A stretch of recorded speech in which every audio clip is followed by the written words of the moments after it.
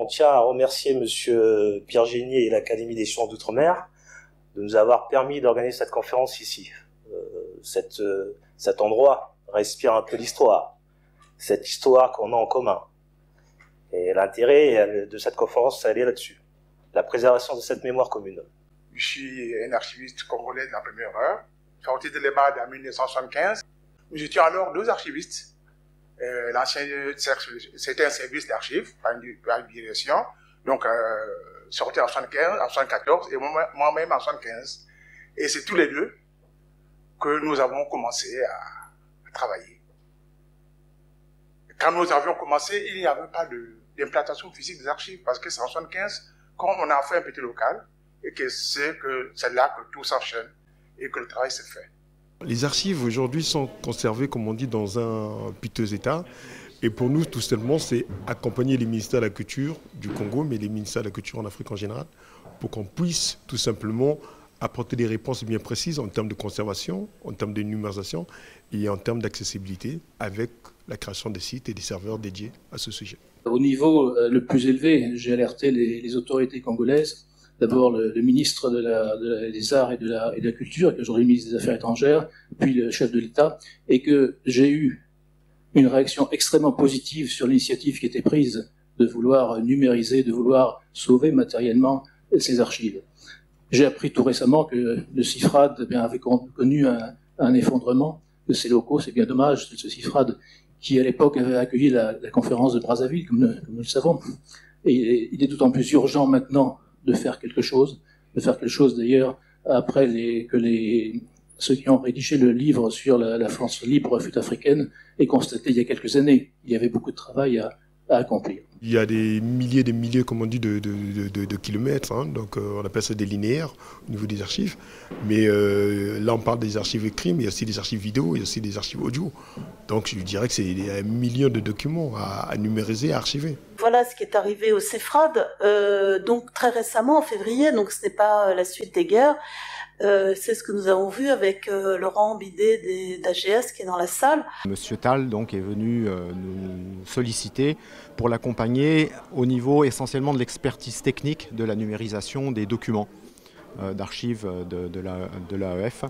Donc nous sommes déplacés en collaboration avec les Archives nationales de France au mois de juillet déjà pour faire une première expertise de ces documents qui étaient très en souffrance dans le bâtiment CIFRAD qui s'était écroulé. Tout le monde est pour sauver ces archives car c'est sauver un passé commun entre la France et ces 4 pays, y compris d'ailleurs, et en plus il y a quelques archives qui concernent aussi le Cameroun. Donc 5 pays d'Afrique équatoriale qui auront un passé à étudier, à examiner, et sur lesquels nous aurons des publications, notamment de doctorants, qui seront très importantes. Et de plus, pensons au service que cela pourra rendre aux jeunes générations.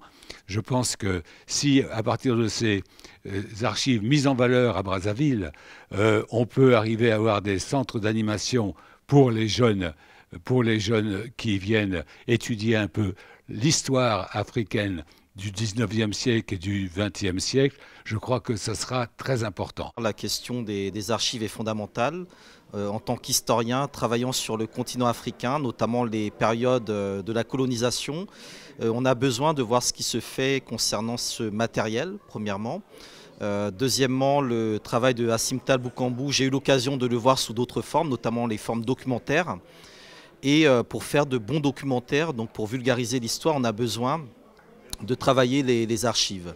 Et troisièmement, il s'agissait aussi de voir un peu quels sont les réseaux que l'on peut créer autour de cette thématique qui nécessite à la fois des moyens financiers, des ressources humaines et aussi, je dirais, des leviers politiques, culturels et également, je dirais, diplomatiques. Les projets de numérisation d'archives et de valorisation d'archives, ça coûte très cher. Je suis le directeur des archives de l'UNESCO. Au moment où je vous parle, je gère un projet de numérisation et de mise en ligne des archives de l'organisation avec le soutien du gouvernement japonais qui nous a donné 3 millions de dollars. Et même avec ces 3 millions de dollars, aujourd'hui, il y a des aspects qui n'ont pas été pris en compte dans le déroulé du projet. Il ne faudrait pas que les gens pensent qu'en Afrique, on va pouvoir gérer les archives comme on gère juste un projet d'entreprise, mais les archives constituent un élément stratégique de planification, de bonne gouvernance et en plus de la question de la mémoire. Et même à la sécurité, on a vu des pays d'Afrique qui ont été en guerre pendant 10 ans sur des conflits d'archives. Est-ce pour dire qu'un tel il n'est pas, parce que l'état civil est mal géré, il est d'ici, il n'est pas d'ici. Comment accompagner? Comment trouver les 400 000 € pour une première numérisation? Et derrière, comment peut-être aider à ce qu'il y ait un bâtiment adapté et comment aussi trouver le fonctionnement durant de l'ensemble. Alors là, je crois qu'il faut en effet solliciter des mécènes qui pensent que l'Afrique et la France sont liées géographiquement, historiquement et par la langue française. Dans le projet tel qu'il a été diffusé, à partir des archives que l'on voudrait numériser, refaire une partie de l'histoire et probablement de l'histoire noire qui a existé, mais enfin c'était pas la principale de l'AEF. Et vous me permettrez, cela me gêne un peu, moi, personnellement. Il ne s'agit pas tellement de réécrire l'histoire ou d'écrire l'histoire, c'est-à-dire qu'il y a plusieurs lectures de l'histoire qui sont possibles en fonction du matériel qui est disponible. Et il semble même évident que les historiens qui jusqu'à présent ont écrit l'histoire de l'Afrique n'ont pas eu accès à ne serait-ce que 10% du matériel disponible.